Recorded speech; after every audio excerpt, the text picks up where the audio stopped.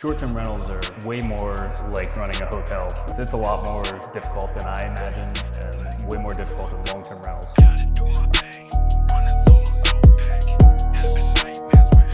We're here with Michael Forbes. He's our friend and a client of ours as well, and the #1 investor in Lorain County. When did you start investing in real estate, and what did that look like for you in the beginning? Started in 2017 and I was really scrappy, no houses, and just bought one at a time in Lorain County and continued to build since then. Yeah, and now what are you doing? Now we manage mostly long-term rentals, but we've got a couple short-term rentals with Host Pros. So tell us about the first Airbnb experience. Well, I had 2 Airbnbs in Huron. I found out they were very difficult to manage and brought this one on as the 3rd one, and it continued to be difficult to manage, so I'm really happy to have Host Pros managing it for me now. So for you, you've managed a lot of different properties and property types. What's the big difference for you between a regular long-term rental and a short-term Airbnb style? Yeah, for me, the long-term rentals are really easy. They're pretty hands-off, get a good tenant in there, and then they just ride. But short-term rentals are way more like running a hotel. A lot more management, difficult to keep good cleaners and quality control. So it's a lot more difficult than I imagined and way more difficult than long-term rentals. Yeah, for sure. Nobody leaves you reviews on your long-term rentals either, No, that you have to worry about. Yeah, that's good and bad. Yeah, it's true. It's true.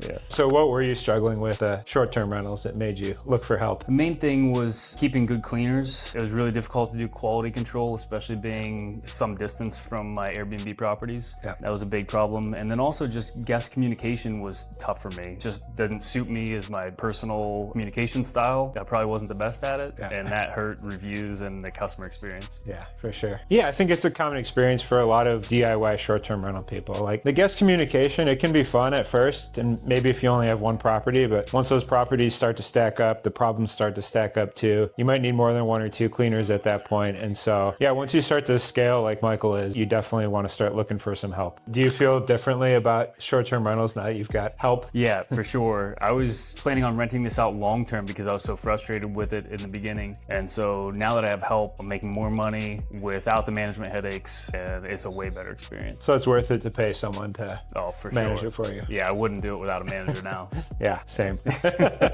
So what has the single biggest benefit been for you? Definitely buying my time back, and it really didn't cost me anything because now I'm making more money with way less or no effort. Right.